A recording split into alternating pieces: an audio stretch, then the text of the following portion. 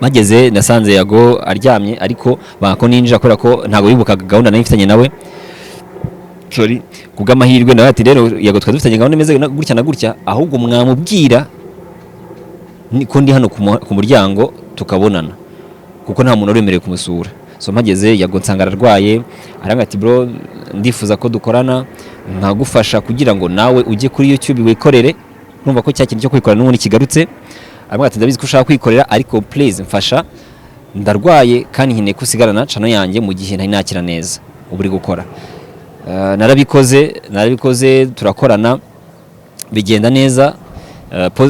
Comments zari positive izari negative ntago zari nyinshi ni zari bari bakumbuye Yago kuko buri wese afite ukuntu akora. Hari abankunda uburyo nkora n'abari bakumbuye Yago. Reka tutarinjira mu kazi tutarajya mu kazi neza. Yego amasezerano y'akazi we na Yago mwasezeranye yari ariho umushahara ungana. Ubwo rero nicyo kintu tugiye kugeraho.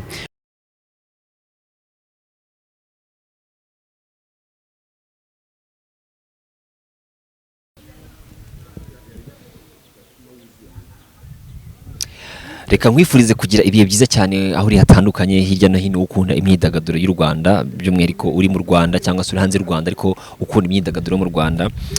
Nitwa Leandre Niyomugabo abenshi mwamenye mu bitangazamakuru bitandukanye yaba kuri mainstreaming kuri YouTube ndetse uyu munsi noneho nicaye ahangaha kugira ngo bageze indi nkuru kuko buri munsi umuntu akangutse buri munsi yo agize amahirwe yo kuba abyuka ari muzima hari inkuru nyine abagomba gutangaza, hari byinshi abagomba gutangaza. Ntekereza ko kandi kubera reka mbyite ubuzima tubamo sometimes ari umuntu creatinga ibintu navuga ngo ku buzima bwe yabyo yaturiraho yaba ibyo bakwaturiraho. Uyu munsi rero ndahangaha kugira ngo making it clear cyo kintu mu cyumve neza. Ndanga kugira ngo making it clear ibintu bimaze iminsi bivugwa. Nabonye hari YouTube, hari ibiganiro byaciye kuri YouTube, byaciye kuri televiziyo bivuga ku buzima bwanjye. Ntacyo nanigeze mbivugaho, ariko ndashaka kugira ngo uyu munsi nze kuza kubivugaho ariko bivugire hano.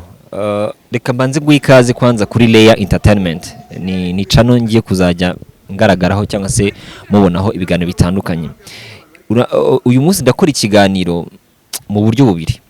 Nje kubabwira inkuru nziza yaho muzajya munsanga. Ubwo nahangaha niba ari gukiza ukore subscribe. Nje nkora imyidagaduro ntabwo kuba navugwa ku umuntu yamvuga bimbabaza ahubwo mbabazwa no kuba umuntu ashaka kwayashyira nk'ibindi bintu wenda byongereyeho kandi wenda hari ubuzima bwanjye atazi. Uyu munsi rero nko nabibabwiye ngiye kuvuga n'uburyo bubiri tugiye kuzajya tubana. Icyambere ndashaka making clear ku bintu byose byavuzwe hagati yanjye na Yago. Benshi babivuga mu buryo bwabo, buri muntu akavuga akinterpreta inkuru ko itari. Ari mpamvu uyu munsi naje kujya mu making nyine mbishyire clear, kira akadomo ntihazagire n'undi muntu uzongera kubimbaza kuko Yago ni brand ku giti cye nanjye ndi brand ku giti cyanjye. Hatazagira umuntu uzongera kubimbazaho cyangwa nkajya kubona nkabona inkuru zasohotse. Icya kabiri ni ukubabwira uburyo ngiye kuzajya nkora hano kuri channel ya YouTube. Nkuko nakubwiye yitwa Leya Entertainment, uzajya usanga ibiganiro bitandukanye. Ari nabyo ngiye kubanza guheraho. Ni ukuvuga ngo ndagenda nsobanura buri content imwe inyisobanura ukuntu imeze, then ndaza kuza kuba navuga kuri bya Yago ariko ntifuza ko biri kubuze kuba birebire cyane. Oya, ndifuza ko nza kuza kubivugaho gatoya. Mu by'ukuri nko nabikubwiye channel yitwa Leya Entertainment. Ni channel y'imyidagaduro, ariko ni channel nifuza ko izabera ikiraro cy'ubuzima cyangwa se ikiraro cy'inzozi za buri umwe wese yifuza kugeraho akambera umugisha nanjye nkamubera umugisha. Iyo mvuze umugisha nuko nzi neza ko imigisha turayihorana turanagendana, ariko burya iyo ushatse umugisha wawe urawusanga cyangwa se ukagusanga bitewe n'uburyo wakorewe umugisha. Ni channel nshaka kugira ngo abantu batazaza hano bazi ko baje kureba ibintu navuga ngo by'ubutwitsi. Oya, ntabwo nifuza gukora ibiganiro byo gutwika, ntabwo nifuza gukora ibiganiro bisesereza, sinifuza gukora ibiganiro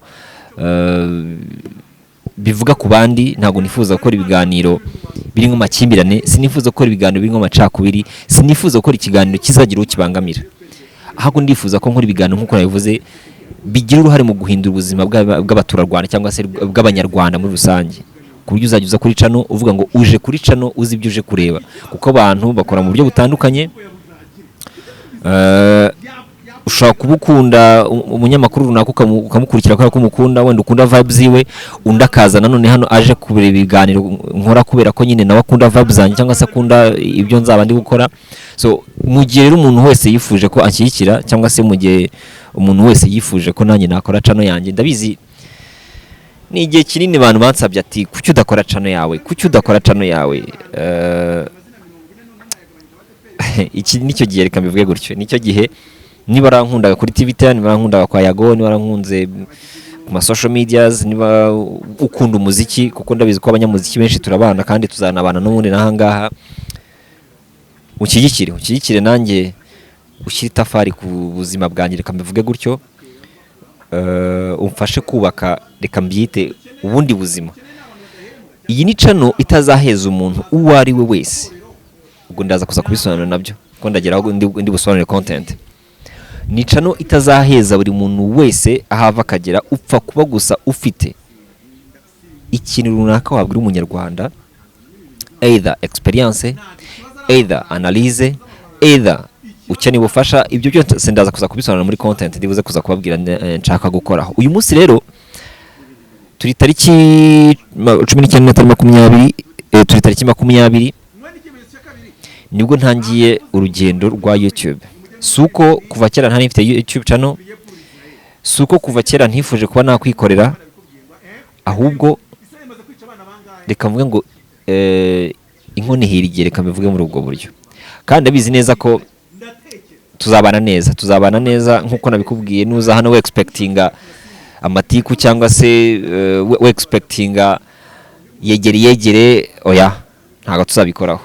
Ibyo ntago tuzabikoraho. Nzafite abatumirwa runaka batandukanye.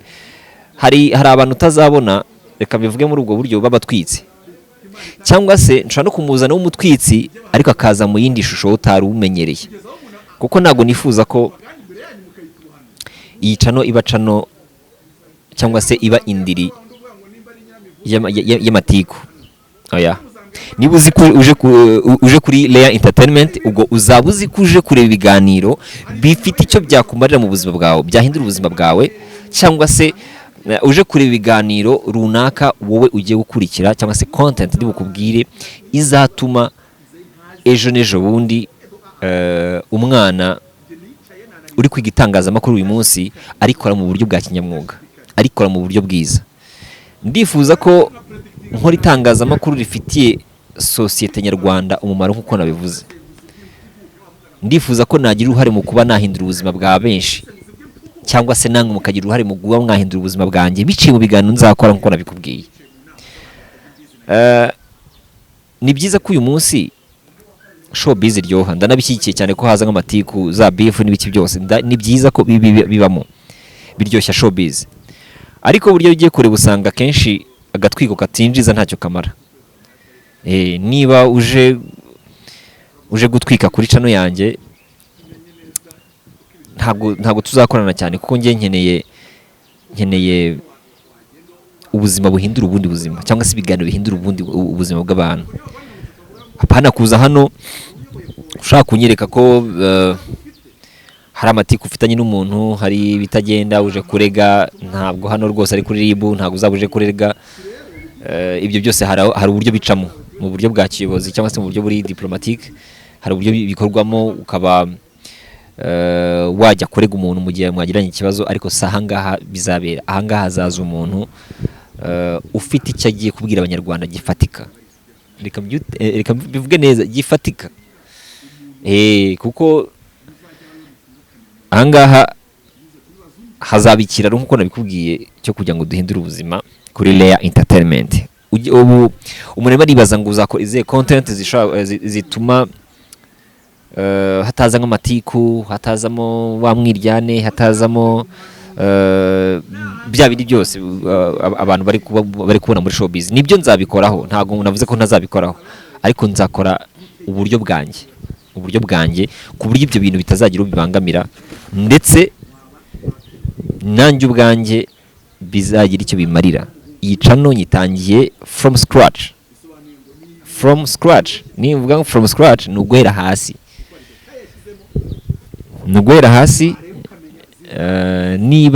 Niba wumva ushaka kumushyigikira,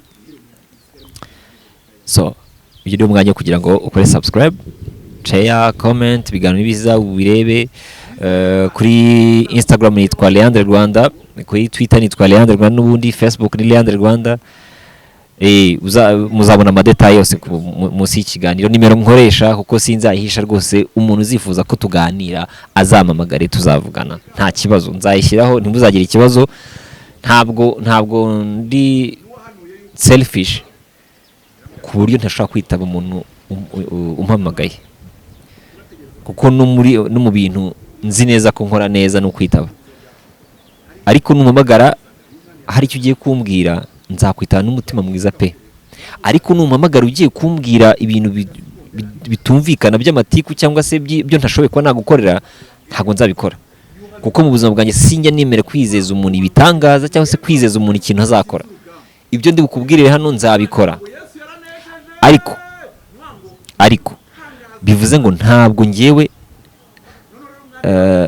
uzahamagara saa 6 z'ijoro cyangwa saa 11 za mu gitondo ngo nkwitabe, kuko ayo masaha abenshi baba barimo baruhuka kubera ko abenshi bafite n'utuzi dutandukanye. So nihuse rero, ubwo bivuze ngo ngiye kubabwira content tuzakoraho, noneho nyuma ababonye cyangwa se abumvisha ikiganiro cyakorewe kuri channel yitwa 3D, ntabwo ndatinya kubivuga, ndetse n'ikiganiro cyakorewe kuri B+ ni channel ya kabiri ya BTN, n'indi televiziyo ntibuka.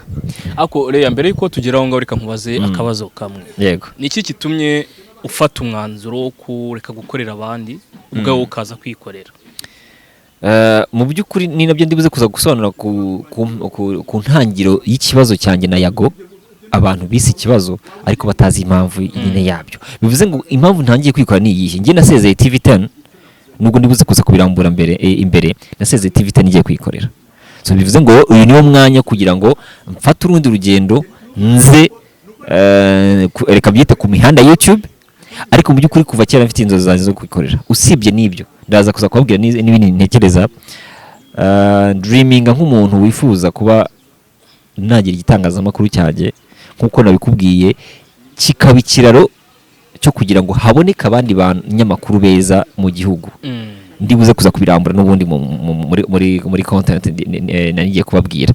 Bivuze ngo rero kuri kamera muzajya hariho yitwa Holly, niwe tuzajya tubana kuri kamera, niwe uzajya dufasha mu bigaro bya buri munsi. Ubwo nawe ushaka kumufollowinga ukosha amazina kuri ni Holly, everywhere hose ni Holly. Yego, muri content rero nzakora nzahera kuri analyze, uzajya umbona gutyo umbona.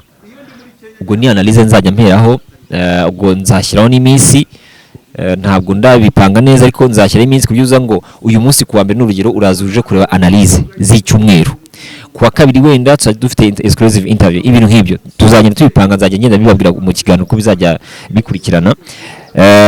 Ni entertainment nk'uko nabikubwiye, ni entertainment ariko iri educative cyangwa se yigisha mu yandi magambo. Ako reka mugarura inyuma gato. Yego. Mbere yuko ujyaho hose wavuze ko wasezeye TV10. Yego. Uri umwe mu bantu bagiye gukora kuri Yago TV. Yego. Bava kuba uhawe rekrutoma 5,500.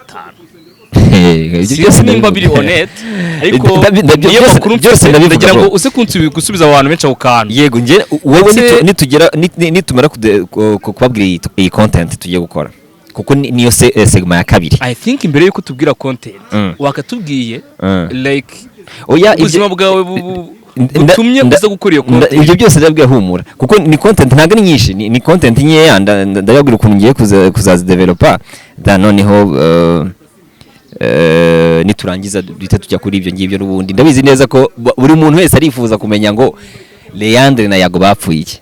ikindi cya kabiri ni iki gishobora kuba cyaratumye uva kuri TV10 hute kuko abenshi bavuga ko wari umwe mu ba pro babakorera kuri TV10 ariko ukaza kugenda nta kintu bakwirukaniye n'ubu ngubu rwose yarani mu rugo njyanjye reka tubihanga amaso yego ni ukuvuga ngo rero mu byo nzakora ama-analyse nk'uko nabikubwiye nzajya nsesengure uko mbyumva ariko bitabuje ko nawe hari ukuntu byumva tuzasangira ibitekerezo nukenera kuba hari ibyo nawe ushobora kunsangiza uzaza winsangize nta kibazo iyo ama interviews n'ibyamamare ndetse n'abafite icyo bakoze mu ruganda rw'imyidagaduro bivuze ngo umuntu wese witwa ko yagize uruhare mu ruganda rw'imyidagaduro nzamugeraho tuganire ansangize ubuzima bwe musangize ubwanjye tubusangize abanyarwanda uzemera ko tubuganiraho kuko dufite aba legends dufite abantu benshi bafite ibintu byinshi bazi muri showbiz ariko benshi batinya kuza kuvugira hano kubera ko usanga iyo avuze mu mwataka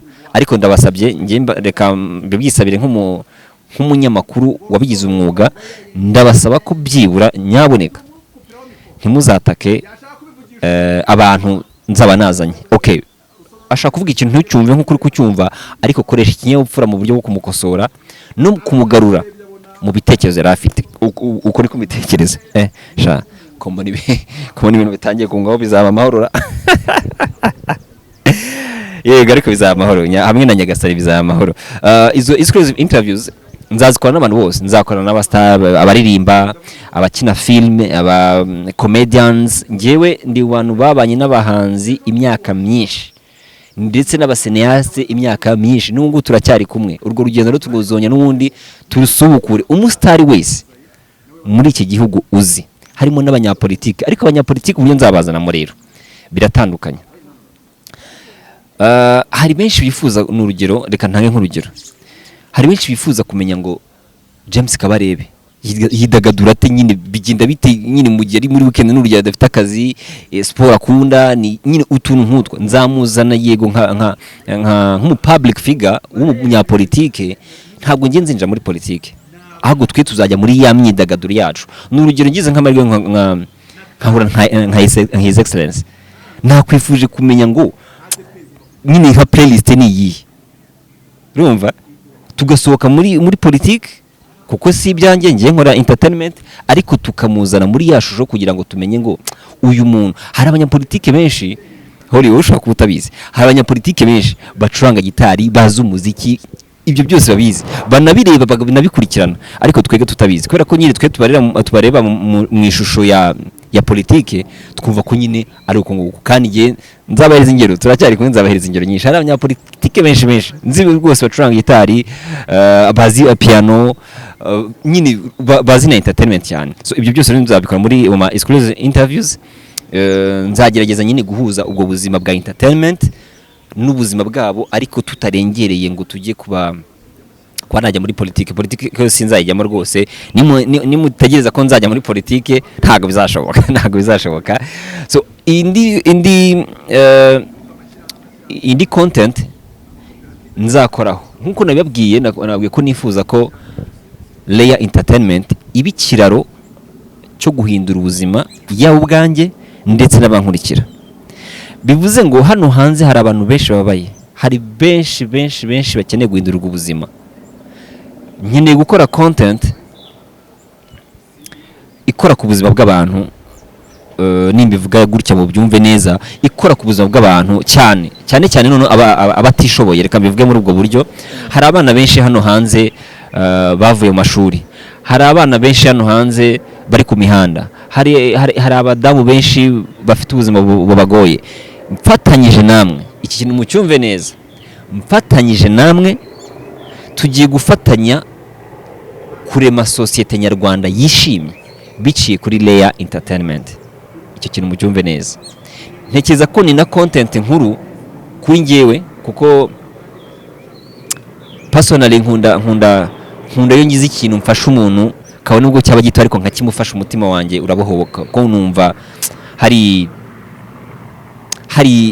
icyo nkoreye Imana kwareka mbyite gutyo aho kugira ngo njye mu rusengero njye gutura 500 cyangwa se 100 pasiteri abirye awishko nayafata niyo bya 50 cyangwa se 10 cyangwa 5 nkabiha umuntu bikeneye ushonje ukeneye kuba yarya kuruta uko najya mu rusengero nkajya gutura. Ni byiza ko natura mu rusengero abantu bataza kuza kunyumva nabi, ariko ni byiza ko ngabura umuntu ushonje utabonye n'icyo kurya, kuko hano hanze abantu benshi barababaye. Ntekereza ko rero ni content nzajya nkora rimwe mu cyumweru, uzajya ubona ikiganiro kimwe mu cyumweru, ariko biciye mu maboko yawe, biciye mu maboko yanjye, biciye mu cyo turusha abandi, tuzafasha kuba twahindura ubuzima bwa bamwe na bamwe. Ababizi nkindi kuri Yago TV show nabashimira. Nagize amahirwe yo guhura n'abana babiri badafite uburyo bagomba kujya ku ishuri, ariko babahanga. Umwe rero atsinze ikizamini cya leta, yarabuze ukuntu asubira ku ishuri. Yarampamagara ngo ati ndifuza ko umpa ikiganiro. Abantu benshi barabizi nyine hari igihe bidakunda kwita wumva ko waha umuntu ikiganiro. Uwo mwana yitwa Ange, ntabwo namutsinda. Nagize amahirwe kuri Yago mpagira umugisha, haboneka abagira neza bamwishyura ishuri batatu. Icyo gihe twamufashe yiga mu wa kabiri, ubwo ageze mu wa gatanu secondaire. Nawe nzamuzana hano nyine agira ubuhamya atanga, kuko awish ko nyine twakwiinspiring abantu mu byo dukora, kugira ngo nejo bundi n'umwana ajya gukora itangazamakuru azarikore kinyamwuga. Ni byiza ko dukore izo entertainment, ariko tuyikore ifite ikimariye abandi mu buzima busanzwe. So uwo mwana rero uyu munsi mu wa gatanu ni n'umuhanga cyane. Iyo bamubaha amanota ahita anyereza bireta ati urabona ko natsinze. Yaho ni fresh sana. Ubwo urumva yageze mu wa gatanu, umwaka utaza ari kurangiza, nawe ashaka kuzaza akajya mu bundi buzima busanzwe. Ubwo urumva hazabamo nawe kumushyigikira, ko reka mvuga ngo kumurebera ubundi buzima, ko avuye mu buzima bw'ishuri. Yari yifuje ko nyine yakwiga, yarize arasoza, ariko ibaza umwana bararaga munsi y'ikiraro. Uyu munsi akaba ageze mu wa gatanu secondaire. So urumva ni ikintu cyiza. So comments zanyu rero ndazikeneye, nkeneye inkunga y'amasengesho, inkunga y'uburyo bufatika, kuko nubwo ntangiye iyi channel mbibabwize nk'ukuri, nta bushobozi buhambaye mfite, ahubwo nuko mfite umuhamagaro wo kuba nakora icyo kintu. Ndifuza nyine gukora entertainment ariko iri educative.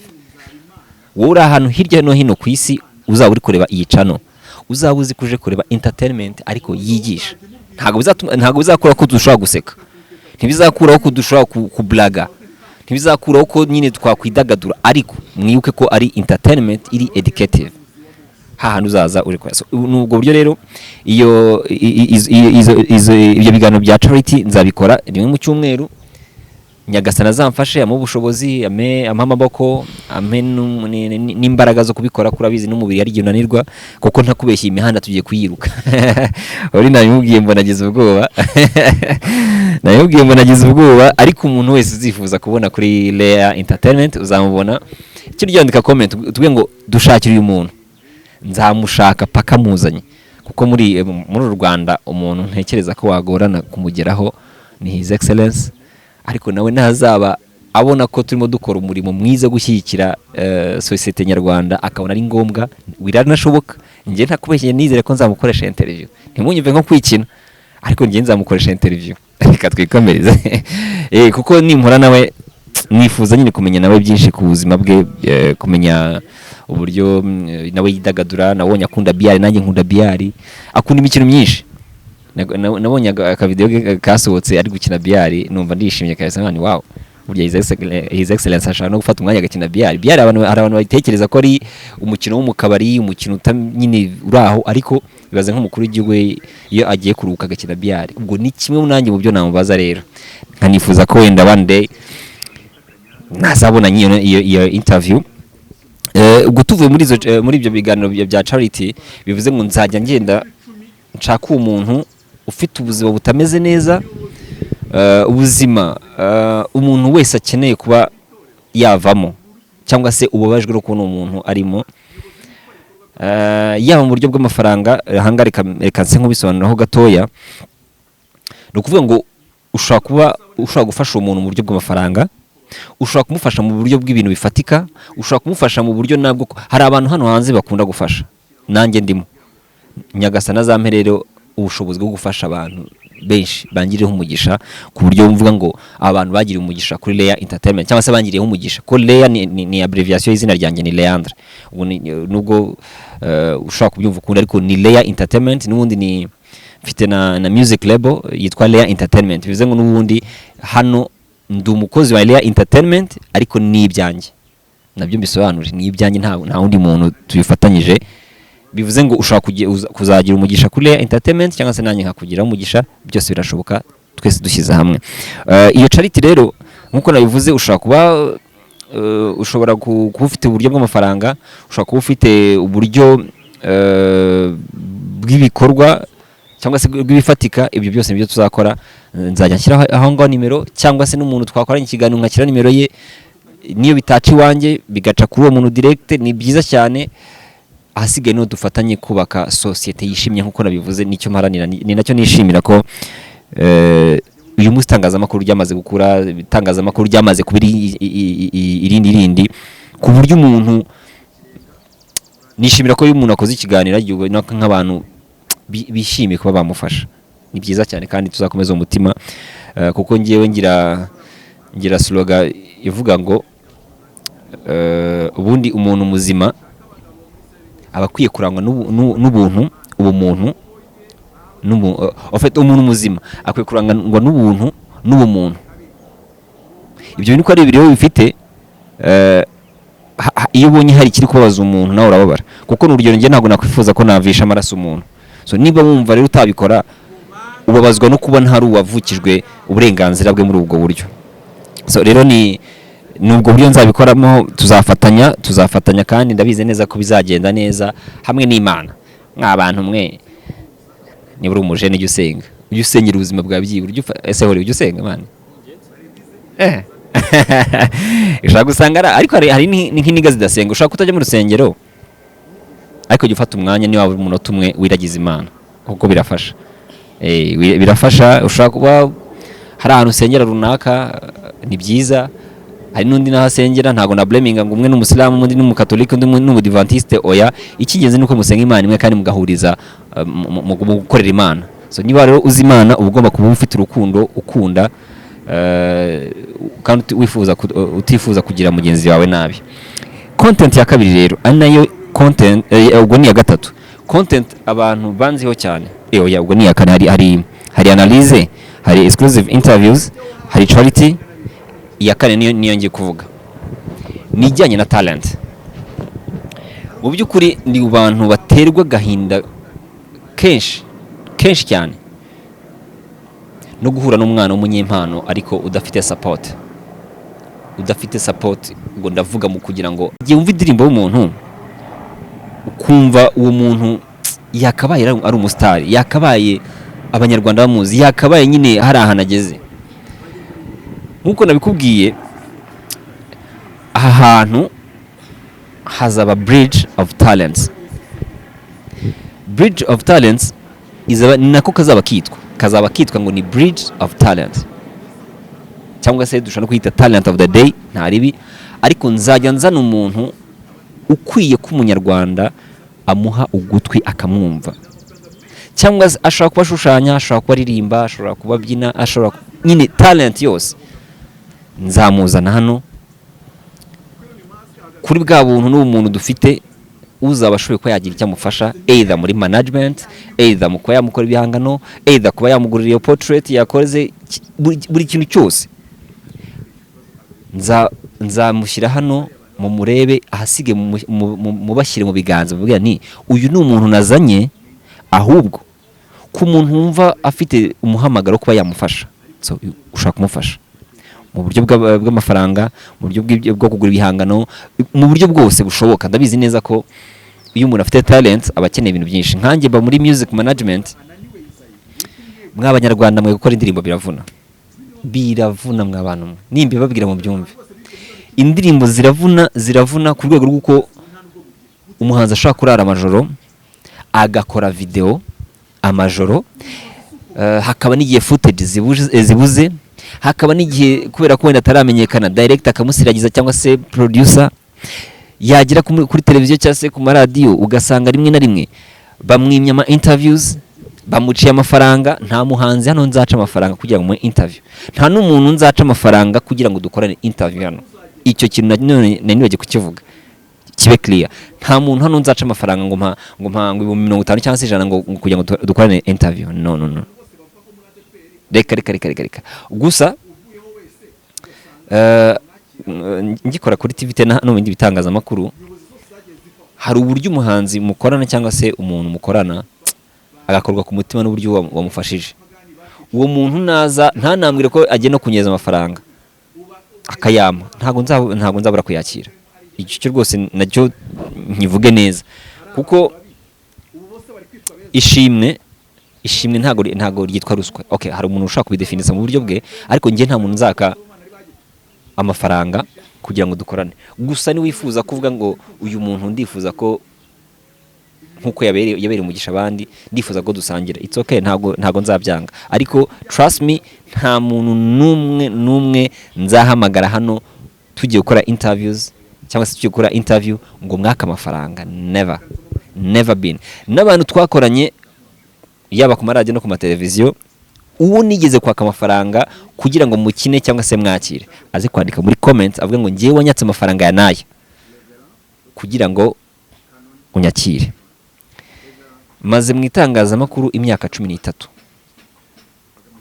Iyo myaka nahuye n'abahanzi benshi beshoboka, yaba abanyempano, yaba abashushanya. Nta muhanzi mu Rwanda tutaziranye keretse nyine kwa kurukuno abantu baburana nyine bitewe n'ubuzima buri wese abarimo, ariko abenshi turaziranye. Twabanye mu buzima bwiza n'ububi, hari abo twanyagiranywe, hari abo twasangiye ubusa, hari abo nyine ni benshi cyane. Uwo muntu mufitanye amateka ku buryo hari abantu nyine baba bafitanye amateka ku buryo niyo nice nkangaha ndi kuvuga nk'uwo muhanzi mba numva hari ikindi kintu mugomba, abataracitse intege mwarakoze kwa mwarakomeje. Hari abavuye mu mubiri, harimo Ivan Buravan na Jay Paul, Imana bahiruka ridashira, bari abashuti banjye cyane, bari abantu twatangiye ibintu bahari. Awishko nyine umuntu wese wanciye mu maboko cyangwa se wanciye imbere, awishko namwifuriza kuba yagira ahantu harenze tu, nkuko Bruce Melody nabonye yandika kuri Twitter avuga ngo trust me one day nzazana Grammy Award. Nanjye uyu munsi trust me, awishko mwagira ahantu kure izo Grammy Awards mukazizana, nkuko Buravan yazanye Prix Découverte n'abandi bakazizana nyine, nkuko Bruce Melody yahaye igihembo cya best male artist mu Rwanda muri Trace Awards, nawe ukayifata. Awishko nabona success yawe. Nje nta kintu kinshimisha nko kubona umuntu twabanye, twiganye, twakuranye, twakoranye nyine ahantu hose mbona afite ubuzima bwiza. Binanshimisha ko nje ntago ndi umunyeshyari, numva nishimye iyo mbonye umuntu hari intambwe yavuye, hari niyo yagezeho, nabani wow, burya nyine hari uko Imana yabigenje. Ibyo rero ndabikunda, kandi Nyagasana azadufashe bigene neza. Nasonaga rero kubijyanye n'iyo Bridge Talent nzajya nkora, nshaka kuzajya njya mu cyaro, nshaka kuzajya ndi hano mu mujyi, ebana ntababeshya u Rwanda ngiye kuruzenguruka. This time no sleep, nta kuryama. Ubu ngiye kujya ndara amajoro niruka imihanda ndi gukora, ku buryo nzavuga ngo nahuye na runaka twakoranye interview arimo yitwaye, afite imodoka yameze neza, yaraguze inzu nyine. Ubwo buzima nibwo nshaka. So iyo talent rero nzazana abahanzi aba artist muri rusange. Uvuze artist nawe ntimwumva abahanzi gusa, ubwo n'umuhanzi mu buryo bwose. Ushobora kushushanya, ushobora kuba uririmba, ushobora kuba aho byina, nyine buri kintu cyose ufite mu impano nzajya muzana hano dukore ikiganiro. Kandi ndabizi neza ko hamwe namwe I trust you. Kora subscribe gusa, numara gukora subscribe ndabizi ko I won't disappoint you. Icyo cyo ndakizi. Abankunze kuri TV10 arababwiye ngo guhagarutse kuri TV10, ari abambwiye ngo mbese ngo nagiye ku bindi bitangazamakuru. Ni byiza ko mwe mumenyifuriza kuba najya mu bindi bitangazamakuru bikomeye, ariko nibyo ndibuze kusagora ko Holly yashatse kumbaza ngo impamvu nasezeye, ndaza kuza kubivugaho nabyo. So ni iyo shusho tugiye gukoramo, nubwo buryo tugiye gukora kugira ngo ejo bundi nanjye tuzahure hari ubundi buzima bwahindutse kubera mwe muri kureba ibiganiro. Leandre ni izina ritari ritoya ariko ritari na rinini cyane, ariko ntabwo nifuza gukuza izina kurenza ibikorwa. Ndifuza ko ari mwe muzankura ahantu muntereka ahandi. Mwa abantu mwe, abantu twabanye barabizi ko ntabwo ndi umuntu wirengagiza, niyo twaba twariganye muri primaire, bibaze ko abantu bose twiganye muri primaire mbibuka, ariko wowe ushaka gusanga utabibuka. Abenshi ngewe turahura tugasangira kandi man twari batoye, ariko nkabibuka. Nge ntabwo ndi umuntu wibagirwa. Iyo ngire neza ndakuzirikana, niyo ngire nabi ndakore kukagenda, kuko wenda niyo nzira warahisemo, ariko nge ntago bica intege, ndakomeza nka wundi we tu. So nubwo buryo rero tuzakoranamo.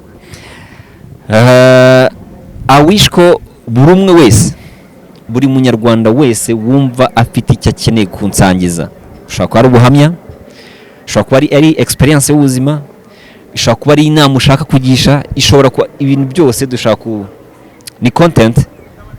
Ariko nanone nisabira abantu, nuza hari uje kumbereza ubuhamya, ntagushyize nk'umugozi, ntaguhamagara ngo wenda ikiganiro ukaza ubikeneye ubishaka wifuza ko twakwana ikiganiro kugira ngo usangize abandi ubwo buhamya. Please, mu myaka 5 cyangwa 10 ntuzaburi kumwe ngo urumva ngo ndi kwicuza ngo kuba narabivuze. Ujye hano uzi icyo uje kuvuga mu share, uze hano uri responsable y'ibyo kuvuga. Ejo bundi utazambwira ngo urumva ngo kuraho cya kiganiro ngo umugabo wanjye ngo arakibonye cyangwa umugore wanjye ngo bibazo. Oya, hari indi content nene bagiye kubabwira. Kuri TV10 hari abankundaga muri documentaire, abakundaga ibyegeranyo nakoraga, ntabwo nabibagiwe, nabo nzajya uploading, nzajya nkora documentaire surtout mu myidagaduro, muri entertainment. Reka ntanga urugero, ushobora wenda kuvuga ngo wenda Trace Award yatangiye ryari, cyangwa se Trace TVs zatangiye ryari, ni rayitangije. En fait ayo mateka niyo nzajya nkora ku bintu bifite aho bihuriye na entertainment n'ubundi, ariko mu byegeranyo. Aho ngaho rero hari abantu benshi bakundaga muri documentaire, nubwo ndi kuvuga gutya ariko hari benshi bakundijwe ryanjye, ndabashimira. Ngiye nkunda abantu bankunda. Iyo muhe n'umuntu akambwira ngo arankunda, ewana mba numva sinzi icyo namukorera kugira ngo abone ko nishimye, bita numva nyine nishimye cyane. So ibyo byose rero nibyo nzakora. Izo documentaire nazo zajya zibageraho, ariko zo ntago tuzahita dutangirana nazo bitewe n'ibikoresho. Nababwiye ko nta bushobozi nyine buhambaye mfite, ari nabyo ndibuze kuza gusobanura inyuma n'impamvu noneho nje kuri YouTube ntinze, kandi nakagombye kuba narahise ntangira, kuko buriya mu gifaransa bava ngo l'homme propose et Dieu dispose. Ushobora gupanga nonaha kuvuga ati ngiye ndifuza kumera gutya wenda mu myaka 5, ariko muri iyo myaka 5 ugasanga Imana yaguhinduye undi muntu, ugasanga ko yakublessinze mu zindi nzira utatekerezaga ko nyine byabaho. So rero nje kuri YouTube ntinze nibyo, ariko iki nicyo gihe abari hanze y'u Rwanda, mu Rwanda, hirya no hino, this is your time kugira ngo umushyikire umuhungu wanyu, nanjye nze dukorane, tuzabana neza, trust me. Gusa ndi umuntu uca bugufi mw'abantu, ibi bintu mbivuye, ndi umuntu uca bugufi, ariko iyo nkoze mu jisho ntago bishoboka.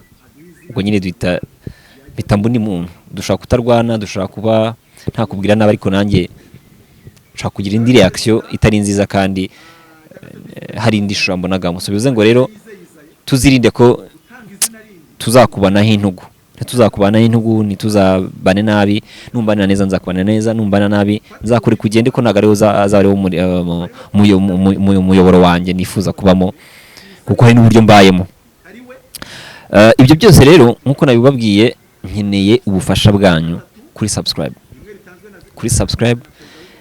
Ntekereza ko subscribe kuyikanda nta minota bitwara, nta zindi mbaraga bitwara, nta kintu na kimwe kigoranye kuba wakanda subscribe kugira ngo ushyigikire umuntu. Ubikoze rero ubushyigikiye, kandi ntekereza ko uwo mugisha navuze nifuza ko dusangira, biranashoboka ko iyo subscribe uzaba wakoze ishobora kuzatuma wenda hari umwana wa nyokorome cyangwa se wa nyogosenge cyangwa se wa mukuru wawe uzishyurirwa ishuri biciye kuri iyo subscribe uzaba wakoze. So ntekereza ko rero nubwo buryo ngiye kujya noneho kugica abantu benshi bifuza kumvugaho. Ni ibintu nabonye abantu bifuza ko nandika, hari n'abambwiye ngo nkore statement, ngo niyo mpamvu nahise ndesidera kwikorera, ngo byatangiye biterero sasa. Ubwo hori twagiye ku bibazo bashaka kumbaza uhereye reka mpere kuri TVTN reka mpere kuri aho byahere. Reka mpere ku buryo ngenda nageze mu itangazamakuru ko n'abantu batabizi. Reka dore mu rugendo rwawe kuva uva ku ishuri. Yego, ngiye ku myaka yanjye niga mu gatatu primaire nari nzi ko nzaba umunyamakuru. Njya bibwira abantu ntibabyemere ariko nzi ko nzaba umunyamakuru.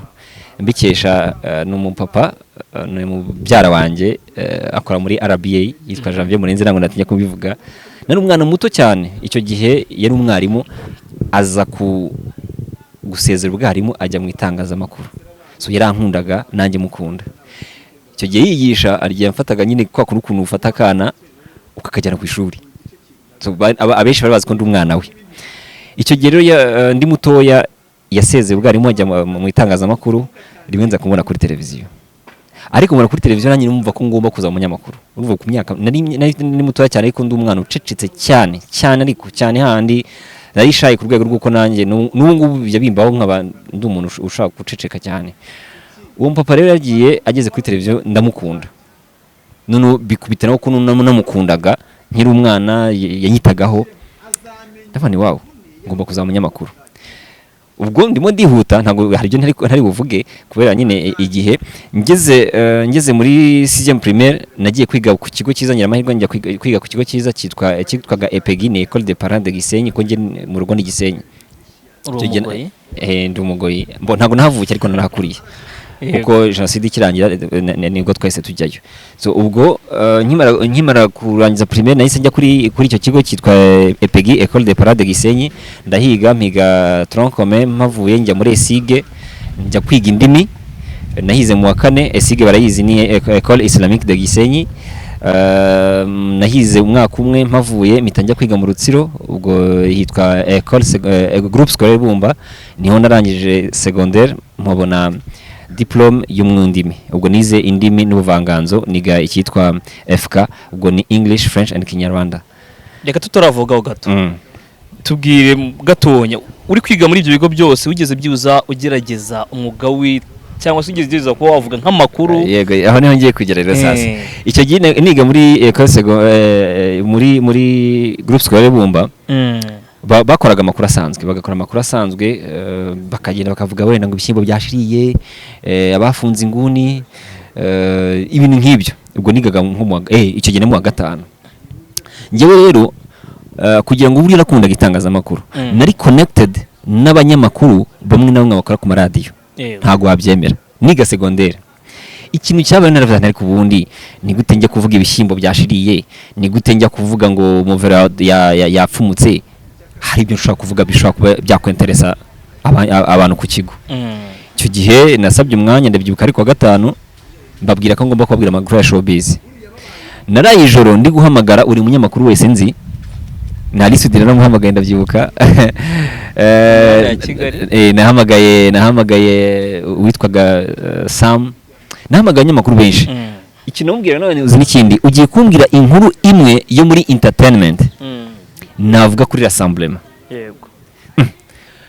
Gahita mbwira ati ushaka kuvuga inkuru kuri rassemblement, ushaka gukora inkuru kuri rassemblement? Ni naki? Yego, nibyo nshaka gukora. So nagiye mpamagara abanyamakuru batandukanye, buri umwe akambwira inkuru ze. Nakoze inkuru 5 za entertainment. Izo nkuru 5 nagiye kuzirangiza, master ari kuza kuri rassemblement yagiye kumva abanyeshuri bose bakomya amashyi nkimara gusoza. Urumva na signinze out nk'umunyamakuru rwose usanzwe ubikora nyine ku buryo umva nyine inkuru ziryoshye. Bahita bakomya amashyi.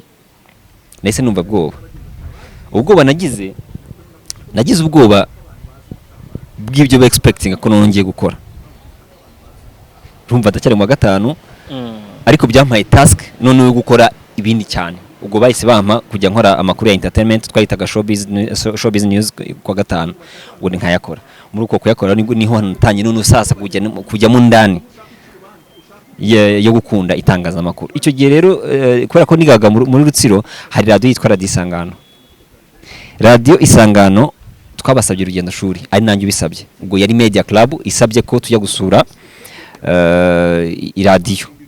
kubw'amahirwe barabinyemerera. Nabisabye witwa Charles Twagiramungu, ndamushimira cyane, ari no bantu batumye nkunda cyane umwuga w'itangazamakuru. Ni umupapa uri hambo cyane, respect kuri we. Ni umuntu n'umupapa ariko nyine yo muri kumwe yisanisha n'urubyiruko, arakumva azi gutega amatwi akakumva. Icyo gihe musaba ko yaduhereza urugendo shuri rwo gusura radio, ariko icyo gihe ngarutse inyuma gatoya nari umwana ariko ukunda ibintu bya electronique, nari umu DJ mu kigo no hanze. iyo twaga tugiye muri vacances najyaga kudija ama clubs nyine Gisenyi, nari muto w'amana ariko nyine so ubwo nyuma urumva nzi mixer, nzi gukoresha microphone, najyaga nkwa n'ubu MC, urumva ntago itangazamakuru ryangoye mu by'ukuri. Bo ubwo tumusabye urugendo shuri tujyayo, twari mu wa gatanu, twagenda turasura, tumaze gusura ndamunegera mu papa n'abana, ariko nubwo dusuye ndifuza ko uzamfasha mu itangazamakuru cyane kandi numva narikora, uzamfashe nsoza kwiga nzaze nkore internship.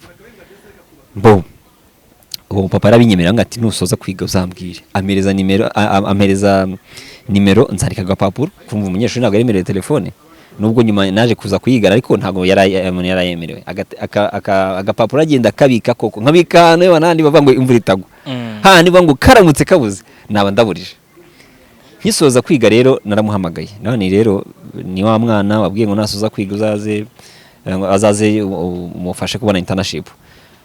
Ahita ngo ngandika lettre ibisaba unanyandikire CV yana, nta CV mfite ko nibwo cyane kwiga, none ndandika CV ntafite. Bo nandika lettre, ngize amahirwe barayifata. Icyo gihe nkirangiza kwiga ntangira gukora kuri radio. Ubwo nkiri aho ngaho ni hahandi urumva nari Gisenyi, ahita ambwira ngo mu cyumweru gitaha uzaze. Urumva nari yananje njyayo, naragenda akora, yambajije ibintu nyine nshoboye gukora. Namwana ngiyewe ndi umunyamakuru wa entertainment, ariko n'andi makuru asanzwe nakora. Nari nzi kweditinga muri Adobe Audition, nari nzi gukoresha mixer neza, nzi gukoresha imashini neza. Nta ni cyumweru byamfashe kugira ngo njye kuba maze kumenyera mixer na ntuza. Icyo yanyeretse yaramwe ati uyu uzamuye gutya ubugiye oneya, yumanuye gutya umuntu umanuye umuziki. Nari nzi virtual DJ icyo gihe nta zino za Serato zari zitaraza. Nari nzi nyiri tuntu turango ndakora, ngize amahirwe kuri radio ndakundwa. Abanyakarongi aho uri hose rikore ikiganiro ndagushimiye ko radio yageraga Karongi, Nyamasheke, Rusizi na Rubavu n'igice cya Kongo. Hari n'abakongomani bigeze baza kumusura, nawe ndabashimiye. So aho ngaro ni urugendo rwanjye rw'itangazamakuru rwatangira mu by'ukuri. 2015 naje kuhava nsubira Gisenyi, nakoze kuri radio Rubavu mu gihe kingana n'amezi nk'umunani. Nahavuye njya kuri radio yitwa Energy Radio ni Musanze, nakoze imyaka 2. Ni radio ya Top 5 sa ya Patrick. Nahavuye rero mu 2017 nibwo nahise mfata urugendo rwo kuza i Kigali. Urwo narwo n'urundi rugendo nzasangiza abantu nk'abantu mwe.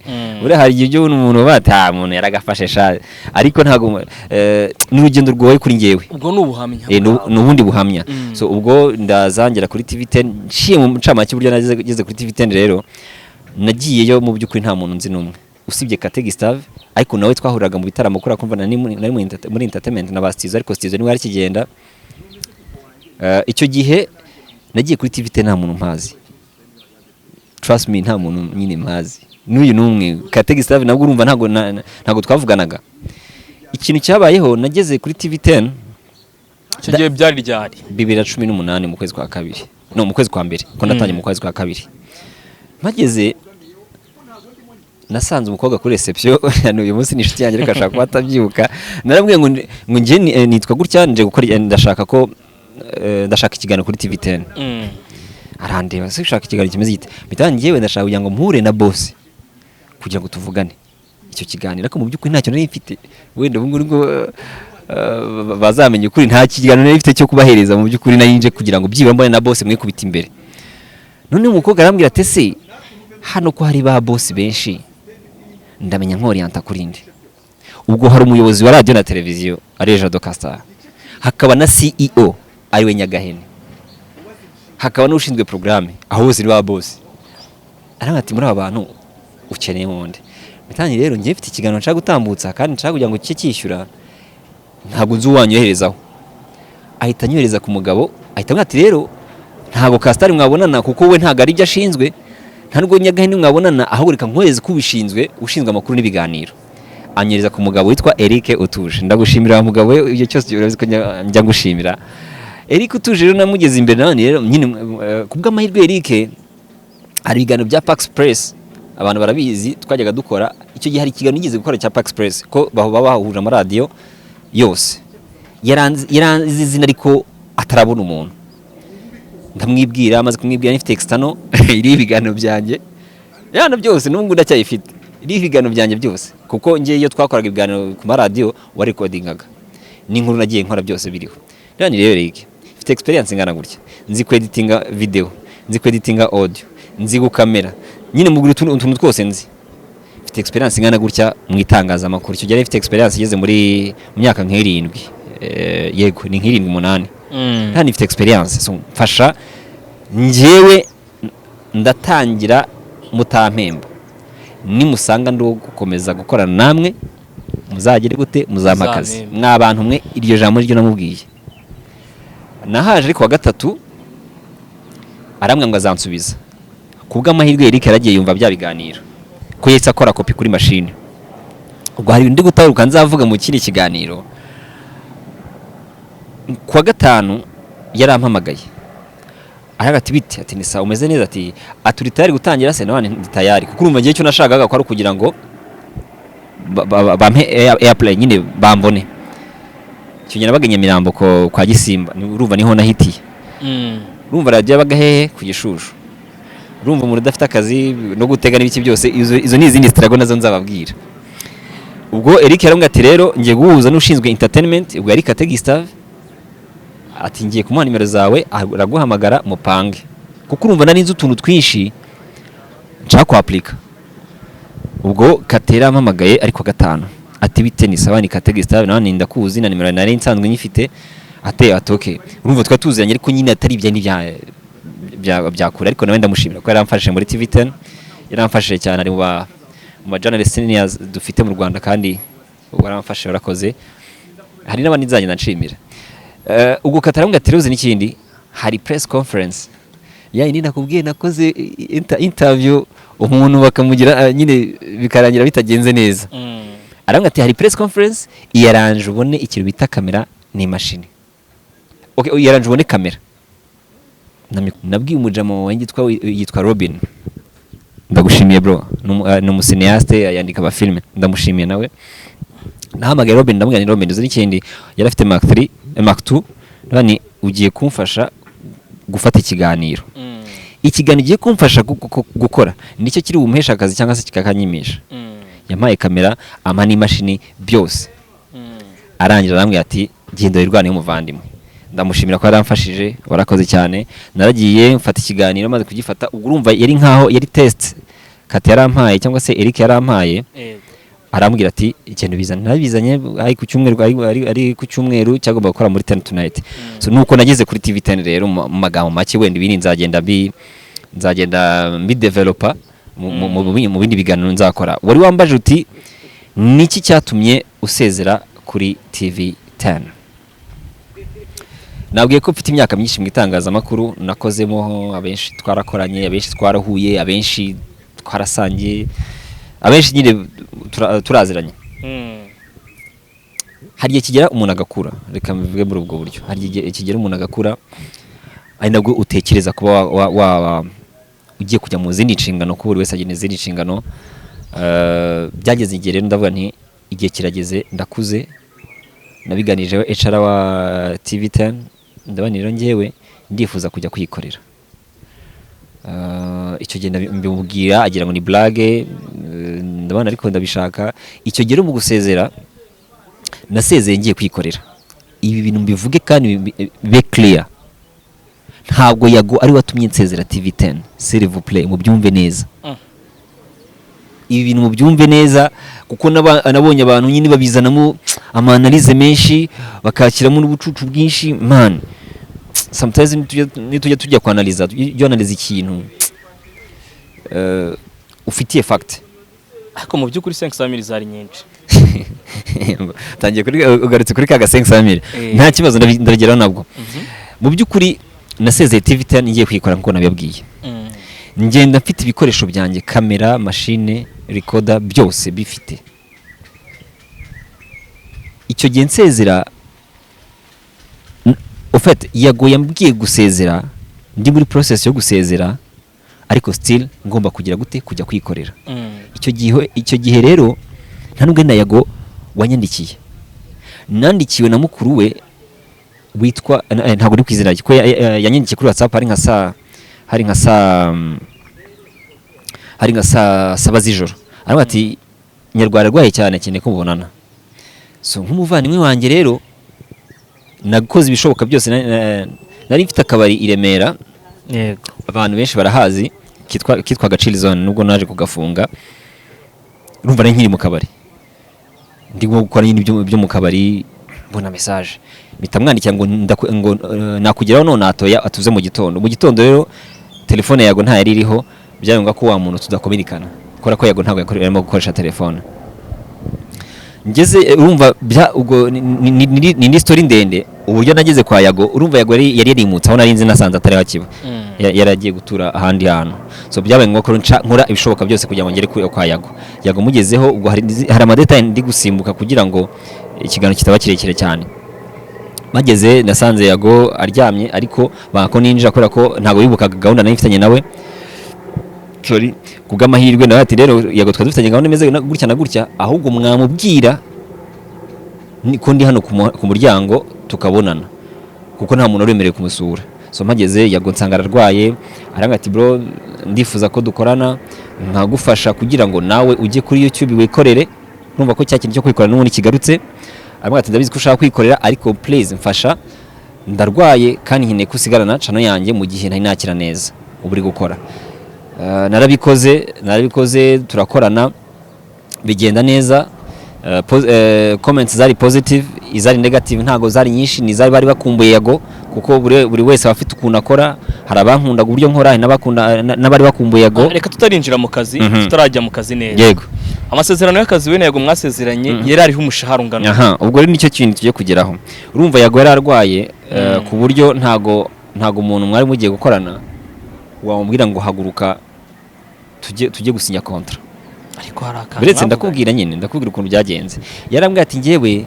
buri gukora ninza maze gukira tuzakomezanya nitumara gukomezanya nzagufasha ku buryo nawe ujya kwikorera byibura hari abandi bantu bageze gute bamaze kukumenya kuri YouTube umushahara twawumvikanye ariko deja twagomba gusinya kontra ariko ntabwo ari kubwira umuntu urembye uri ku buriri ngo haguruka tujye gusinya kontra cyane ko Yago namufata nk'umuvandimwe nk'umuntu twakoranaga kandi n'ubwo ni nako mufata n'umuvandimwe ntabwo nabona icyahindura ubuzima bwa Yago ngo nkimurenze ngo nuko ngo tutakoranye cyangwa se ngo tutakomezanyije oya aho haba arimo ubuyuku kandi nge ntago ndi umuyuku niko kuri ubwo Yago ndagenda ndakora ibiganiro bya mbere mu by'ukuri tuvugishije ukuri ntabwo umusaruro w'ukwezi kumwe wa umusaruro nk'umuntu w'imyaka 3 cyangwa se 2 akora ntago bishoboka hari abanyakiriye bareba ibiganiro byanjye hari n'ibitararebwe so nyuma rero kutarebwa kw'ibiganiro bimwe na bimwe nibwo byaje hajemo kutumvikana kwanjye na Yago dusanga nyine ni ngombwa ko tugira gute dutandukana ariko wibuke ko nafite ibikoresho byanjye ako kantu kibuke ibyo bikoresho rero baje kubyiba nibwa n'umukozi wanjye anyi ibikoresho hafi ya byose urumva deja kujya kwikorera bisa nkaho bigize gute bipfuye aho niho hajemo ikibazo abantu batamenye bakajya kwanaliza ibintu batazi aho hanavuze ngo bamwe namwe sometimes ukajya gukina ku izina ry'umuntu uri kumuvuga utazi reality y'ibintu uko bimeze ni mpamvu navuze ngo ibi ngi nzabivugira kuri channel yanjye ushaka kunsapotinga azansapotinge trust me n'uyu munsi ndi kuvuga ntabwo ndabona ibikoresho byanjye bindi bishaka gusimbura bya bindi ubwo nako kuri ariko nujya kwanaliza uzanaliza ikintu uzi mu by'ukuri ikintu ugiye kwanaliza icyari cyo ujye kuvuga izina ry'umuntu ntabwo Yago ari umuntu ajya kuvuga kuko afite brand ye nanjye mfite brand yanjye ntabwo ngiye shaka kuzamukira kuri Yago ahubwo ndashaka ko yagakora nanjye ngakora tugatera imbere awish ko twese nyine ubuzima bwahinduka, ariko hano hanze abantu kubera ko umuntu aba ari kuri socialite, umuntu ajya hariya nyine akanaliza uko abyumva. Ni byiza ko ubyanaliza, it's okay, ariko iyo ugiye gukina ku buzima bw'umuntu, ikintu cyambabaje kirenze ibindi bintu byose noneho ni ukubona uvuga n'umuntu umwizeye yarangiza akakurikodinga agafata ya majwi akayashyira mu kiganiro. Bira ni ibintu bihanirwa. Byarambabaje, nabonye interview imwe yakozwe kuri YouTube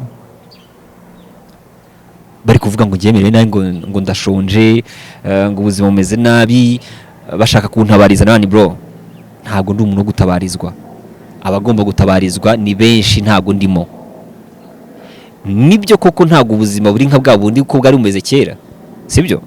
Ariko trust me, ntabwo ndi umuntu wo gutabarizwa. Ntabwo ndi umuntu wo kugirirwa ntabwo ndi umuntu wo kugirirwa impuhwe ku buryo mwajya gukoresha social media ngo umuntu abarize ngo ndashonje. Ntabwo nabuze amafaranga yo kwishyura inzu, sinabuze amafaranga yo kurya.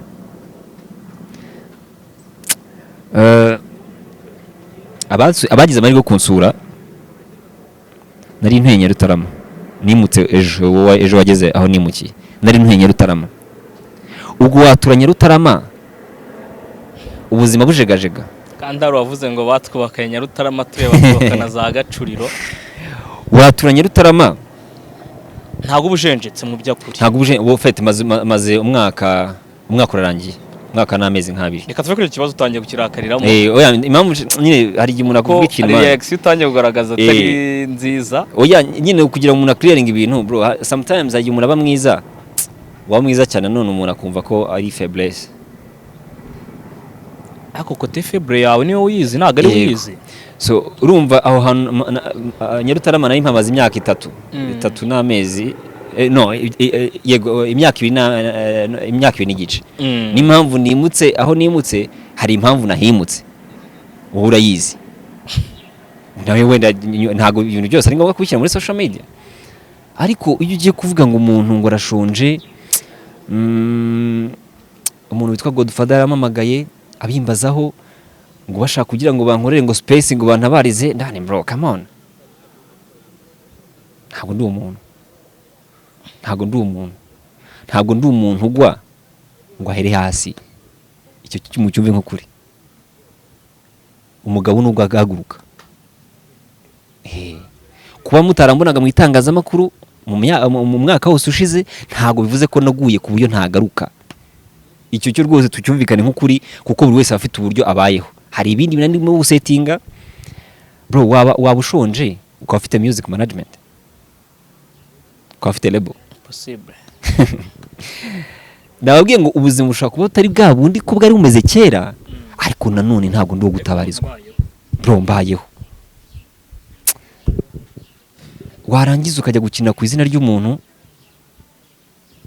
3D na ahantu nisanzura, na ahantu najyaga ngatanga ibiganiro nta kibazo, ariko please put some respect ku mazina y'abantu.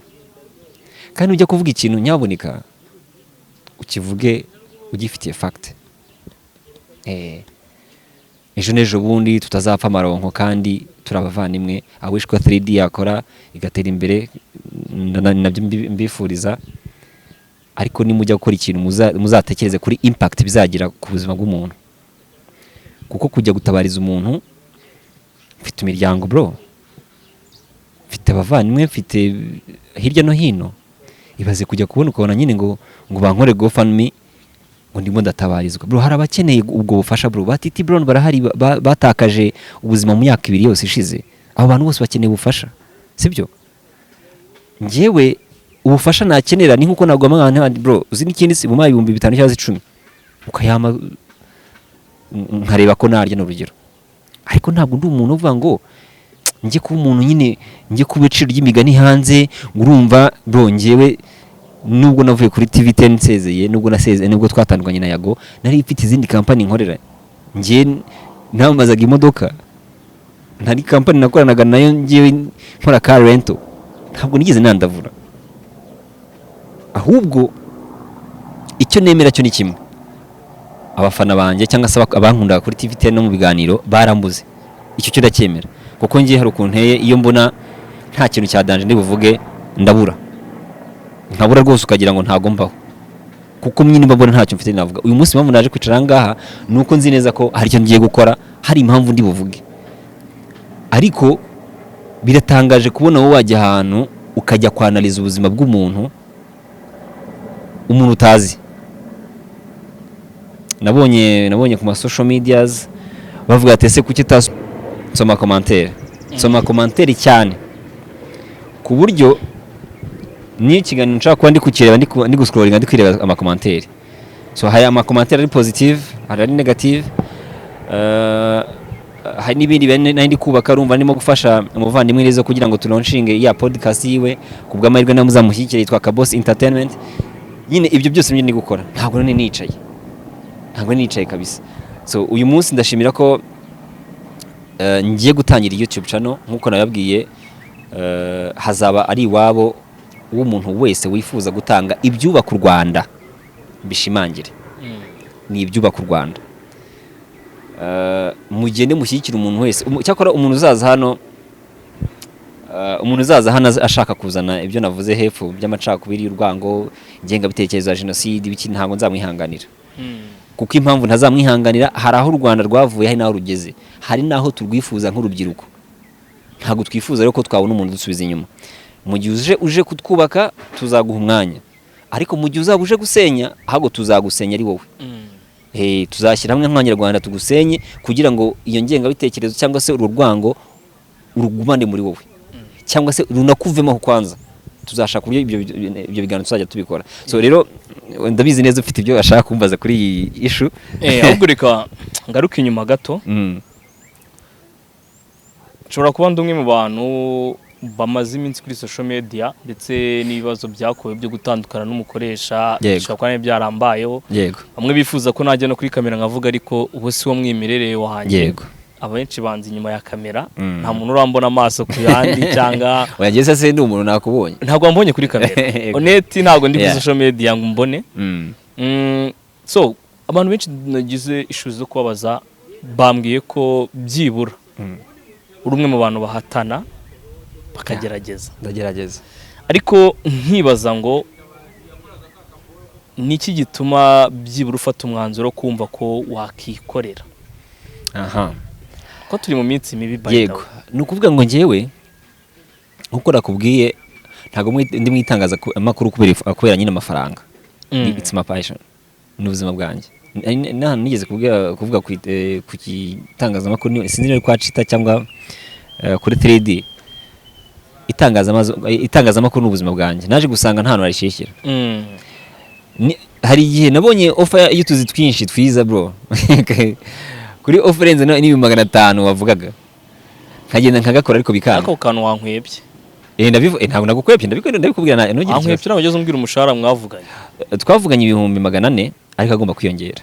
Ariko yoro wari ufite recruitment 500. Yego, ariko urumva igomba kwiyongera kubera ko tugiye gukora trial. Ni nkuko umukoresha ushaka kubwira ngo ugiye guhera ku 150, ariko wenda mu kundi kwezi nzagushyira kuri 200 bintewe bitewe nuko nzabona performance yawe. So nubwo buryo rero tugiye gukorana. Ubwo abantu bose bumve ko kantu karonete iri honete rwose. Wafashe recruitment ya 500,000 ariko utangira ku mushahara wa 400. Kinyo cyakuye kuri Tradis, ariko biri honete mu buryo bwe wabivuzemo. Ntabwo ari cyo cyakuye kuri Tradis, ahubwo wakuye kuri Tradis nuko ushaka kujya kwikorera, ahubwo bikubitana n'akabazo kumuvandimwe. Yego, urumva deja icyo kibazo cyabaye mu cyayago. Abenshi mu mutwe cyo kirasobanutse. Nagombaga kujya kumukavaringa kuko n'umuntu twakoranye muri Tradis muri TVT.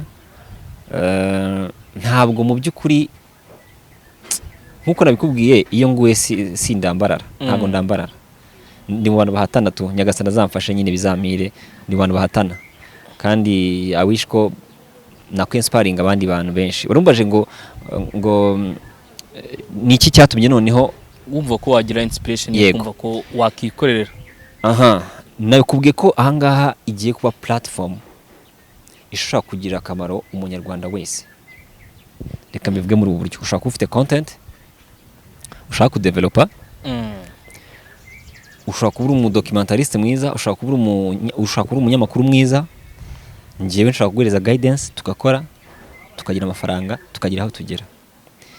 Uzanya approachinga nkumva arimo arankonvenka dushobora gukorana nta kibazo. Njye ndifuza ko nkora itangazamakuru nkuko nabikubwiye rifitiye umumaro societe nyarwanda, ku buryo mvuga ngo ndishimira ko nazanye uyu munyamakuru kuri iyi kamera akaba ari umuntu wa danger. Ntabwo uri bavuga amazina ariko hano mu itangazamakuru ryo mu Rwanda hari abanyamakuru benshi nafashije bro, ninjije mu bigo runaka byinshi hano mu Rwanda, ntabwo nabavuga amazina. So ibyo byose rero ntabwo legacy ngiye nyubakira mu bushobozi cyangwa se ngo mu modoka ntunze cyangwa mu mazu ntunze. Legacy yanjye ni ukubona mfite umuntu uzansimbura avuga ngo uriya muntu yanyibereye ikiraro. Nkuko navuze rero ahangaha hazaba ari ikiraro cyo kugira gute, cyo kuba twebwe tugiye kubaka entertainment, ariko nanone mvuga ngo ndimo ndafasha societe nyarwanda, yaba mu myumvire yaba mu mikorere, kuko nibyo nkeneye. Nanjye nkeneye ko aho uzasanga undusha ubumenyi uzanyegere, ushaka gusanga uyu munsi ufite n'ibikoresho biryamye uhaye no tutabizana tukabyaza umusaruro. Kuko honestly ngiye nkunda kuvugisha ukuri, ntabwo ngira uburyarya, niyo mbona bitari buve ndabani bro, ntabwo bivamo. Ushaka gusanga uyu munsi wenda hari icyo ushaka kumfasha, hari icyo ushaka kugufasha, birashoboka ko twakorana. So ndengereza ko rero nubwo buryo bwo kugira ngo ntajya kuri itangazamakuru, icyo ni icyambere, no kugira ngo mbere umugisha abandi nabo bambere umugisha. Uwo mugisha ndabizi neza ko tuzawusangira, tuzawusangira. Hari benshi nagiriyeho umugisha nyiri muri mainstreaming ubwo ni televiziyo n'amaradiyo, ubwo ntekereza ko nahanga hanje rero nabwo nzagira umugisha nzasangira namwe. Yego, ubundi njye believing mu bantu, I believe in people, nubwo sometimes mba disappointed nabo, ariko njye I trust. Iyo nizeye umuntu akantenguha ntabwo ikibazo aba ari icyanjye, ariko nanone nanjye sini blaming, kuko ntabwo ngomba kuba mubi ngo kuko abandi bambereye babi. Oya, ubwo nyine ngomba ubundi yewe muri intro yanjye muzajya mubyumva, njya kira akantu kitwa no hate. No hate ni nko kuvuga ngo nta rwango. Kuko n'umuntu wakanyongereyeho yitwa Tycoon Ndahiro, n'umukomedian akaba n'umunyamakuru muri TV10. Ni umwe mu bantu nagize amahirwe yo kumublessinga. Nyagasana azaguha umugisha bro, ugere kure. Ari mu bantu rero bampaye iryo zina. Twatangiye kuvugana kiri Tanzania, ageze mu Rwanda namufasha bigenda neza. I trust you bro, ndabizi ko uzabikora fresh. So yanshyira akazina kitwa no hate, kuko ngewe Nyagasana azanabindinde. N'urwo rwanga azarujyane kure, nta rwango ngira. Uzanyange ni uburenganzira bwawe, kuko nta ukundwa na bose, ntago ndamafaranga, kuko amafaranga buriya niyo akundwa na bose. Nunyanga hari icyo nziza, it's okay, nkaribi, ariko nunkunda nanone nanjye nzagukunda. So nibyo ngibyo rero. Ngewe ndi hano kuba nasubiza ikibazo cyose wambaza. Ikibazo cyose wambaza ushobora no guca muri comment ukambaza, aho bitabaye clear ukamati byagenze bite, nana kuri replyinga muri comment ntabire. Ngenda kuri social media ndasubiza, nta message nyangira kuri Instagram na za Twitter zose ndazisubiza. So unyandike ndagusubiza rwose nta kibazo. So bivuze ngo rero umunyarwanda wese ufite ikibazo kuri icyo kintu ntabirenze yambaza. Imbuga nkoranyambaga zanye ni Leandre Rwanda, gutyo byumva bifatanye hose, wanditsemo Leandre Rwanda biraza. Yego. Andre, mbere yuko nsoza interview yacu yo ku munsi wa mbere, ndetse akaba ari nayo interview ya mbere abantu bari buze kubona ugaragayemo, ari kuri channel yawe cyangwa se igiti cyawe wikorera. Yego. Niki ufitiye abanyarwanda, cyangwa se nayahamatse ku banyarwanda bagomba kugira ngo byibuze babashe kubona umwimerere wa Leandre bari bazi? Umwimerere wa mbere nuko ngiyewe nzakora ibiganiro bifitiye inyungu, ariko bifitiye inyungu na societe nyarwanda. Ntago nje kubatera umwanya. Yego. Nje mfite umwenda w'abanyarwanda, kubakorera wo gukora itangazamakuru. Mu bindi biganiro nzakora, hari abandi bantu nzagenda nshimira. Hari nk'umuntu watumye ngaruka mu itangazamakuru mbere yo kujya kuri TV10, nawe nzamushimira. Mfite umwenda rero w'abanyarwanda kuba nakora itangazamakuru, ijwi ryanjye rikaba intwaro yo kuba nawe umuyoboro mwiza wo kubaka igihugu, nawe umuyoboro mwiza wo guhindura ubuzima bw'abandi, nawe umuyoboro mwiza wo kuba hari icyo nanjye nakwigezaho nciye mu kwikorera. So niyo mpamvu rero navuze ntireka nikorere kandi abize neza ko bizagenda neza. Ikindi ni uko nifuza kubona abansimbura. Ntabwo ngiye ntewe ubwoba no kubona hari umunyamakuru mwiza wavuka. No. Ndifuza kubona abanyamakuru benshi beza bavuka ahubwo. Umwana wumva afite talent yo kuba yaba umunyamakuru mwiza. Ushobora kuba warabyize cyangwa utarabyize, ariko itangazamakuru ni passion, ni umuhamagaro. Ushobora kuba warabyize cyangwa utarabyize, uzanyandikire, nimbona hari icyo nagufasha nzagufasha. Ushobora kutagufasha wenda kuza kuri kamera n'urugero, ariko nkagufasha wenda kuba wajya ku gitangazamakuru runaka, kuko birashoboka bite n'uburyo nshobora kuvugana n'abo bantu bari muri icyo gitangazamakuru. So birashoboka rero, unyandikiye ubundi kirazira ko ushobora kugera iwanjye ukabura ubufasha. Ushobora kutagufasha wenda 100% nk'uko wabyitekerezaga, ariko ntabwo nakuburira guidance cyangwa se ntabwo nakuburira kukuyobora uburyo nyine ukoramo ibyo bintu. Yego, reka ngushimire ndetse nanashima umwanya wabashije gufata, abasha gutanga bimwe mu byo abantu bifuzaga. Yego, ndetse hari na benshi bumvaga bagifite, reka mvuga gakiregeshwa mu mutwe kuko hari byinshi batarabaho honest. Yego, ndetse nshimire n'umwanya wafashe wawe. Ndanagusabira Imana iguhe umugisha. Asante sana, nanjye ndagusabiye na Imana iguhe umugisha. Abanyifuriza iterambere ndabashimira cyane cyane. Navuze ko nkunda abantu bakunda ibyo nkora. Iyo hari umunsi ngeze gukorwa ku mutima n'umuntu n'umuntu uri mu buyobozi bwa leta, abana be barankunda. Icyo gihe bankundaga nkiri kuri TV10. Nahuye n'abana muri parking ndi guparika, we ari gusohoka. Noneho abana bahita bavuza urusaku ati dore Leandre, ati hagarara tumusuhuze. Abana baraza baransuhuza. So uwo mpapuro namugireho umugisha. Kubera iki? Kubera ko abana barankunda. Abishwa n'iki kiganiro bazakireba, ndabasuhuje. Ntabwo nabamentioninga amazina kubera ko ni umuntu uri mu nzego zifite ubuvugizi kwa. Yego. Rero ndabashimiye, nawe ndagushimiye Holly. Ubwo niwe tuzajya tubana kuri kamera, ubwo mu bindi biganiro mugiye kubona ibiganiro byinshi. Ebana mushyire udutebe hasi gusa, mugure za bundles, hirya no hino munshyigikire, aho mushaka hose munshyigikire kabisa. Ndahari, ubundi Nyagasani abishimire. Ndabakunda cyane aho muri mwese. Nyagasani ajya bampera umugisha. Hasta la vista. Blessings. Ciao.